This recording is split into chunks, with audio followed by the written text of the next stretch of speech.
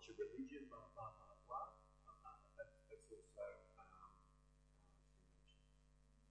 So just, as an employee, to be very careful of all these particular ones. Your accent's strange. I'm sorry. Yes. Sorry. So, Dave, if I place an ad on Seek, I get 40 applicants. Yep. It's all there in my inbox. And I'm going through, looking at it. I should make a note on every email as to why I'm knocking back that person. Absolutely. And I just advertise at Workforce Guardian. I just advertise for a new national sales manager for our business. And it's exactly the process that I did. When we're talking about you made a very good point there about the interview process, but I'll go to that in a minute. So exactly right. You would get the email. What I always do with my job advertisements is I always make sure that it says, in your application, you must include a cover letter that addresses each of the following big performance requirements. So, 1, extensive experience of, or whatever it is. And that way, if they make an application and they haven't addressed that, I'm immediately going to put it to the side. If they can't follow a simple instruction on how to apply for the job, chances are if I give them the job, it's going to be a nightmare, because they're not going to be able to follow any of those instructions either. So that's one gatekeeper type question you can put in. But yes, you should absolutely just create an Excel spreadsheet and just record your reason why someone has not continued for the interview. It sounds very cynical, but there are people out there who make quite a career out of applying for ads that they know, applying for jobs they know they can never get, and then lodging a discrimination case, and then attempting to claim a settlement from it. Because the first thing that will happen is you'll go to conciliation, and you'll be asked if you would like to settle. So there's plenty of people out there like that. We call them vexatious litigants, people who just bring spurious claims that they know are never going to succeed, hoping to get some sort of payout from it. But yes, you should. And then when it comes to the interview, spot on. You should absolutely not be deviating from a series of questions, because really, again, if we go to risk minimisation, you can't be accused of discriminating against someone based on information that you didn't know, right? So if someone has never disclosed to you, for example, their religion, or they've never disclosed to you the fact that they are married or have children, then it would be impossible for you to have discriminated against them on those basis. So when you do an interview, have a series of questions, use the same questions, each person that you interview, and make sure you stick only to those questions.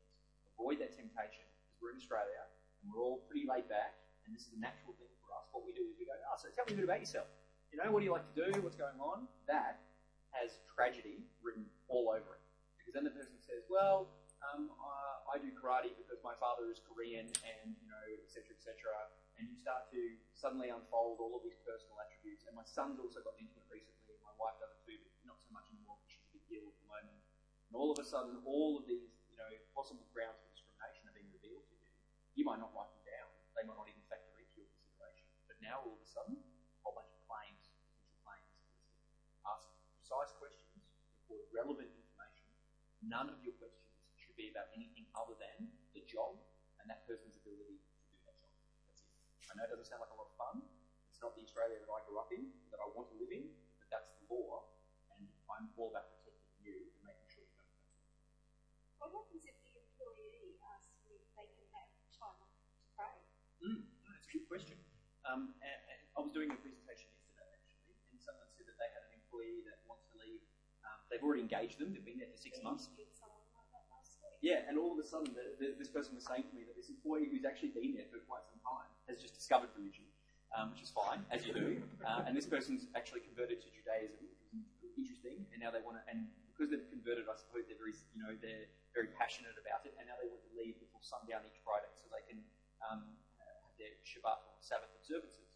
And the employer said, look, I don't have a problem with that. But the problem is, I employed them, and I rostered them to work every Friday night. And now, that was the whole reason that I hired them, and now I can't do it. So you've got this whole balancing act between the employee's protection from discrimination and also protection from you taking adverse action, but also your rights as an employer. So if the employee volunteers information to you, then that's one thing, but I normally shut it down straight away. So in one of the interviews that I did for the position in our firm, someone began to volunteer information to me about their family, and I said, it's not necessary, I don't need to know about any of that information, thank you. So if they're asking you, is it okay to have time off to pray? Well, we said no, and we didn't give them the job. Yeah. Well, can they come back at us? So that's a separate area of law that we're talking about. So we've gone from the Fair Work Act now to state and federal discrimination law. Yeah, completely different. But what the law says on discrimination in general is that you can discriminate, but only if it's reasonable, I suppose, in the circumstances. So there are limitations. So the law says that if you are not hiring someone because they want to pray, you need to demonstrate that there is a real problem with that happening in your workplace, right? So if, for example, your business only operated on Saturdays and someone applies and says, I can't work on Saturdays, then you would have a legitimate reason to not hire them. But if you could be flexible and accommodate it, that's the expectation. Okay, I might just go on to keep going.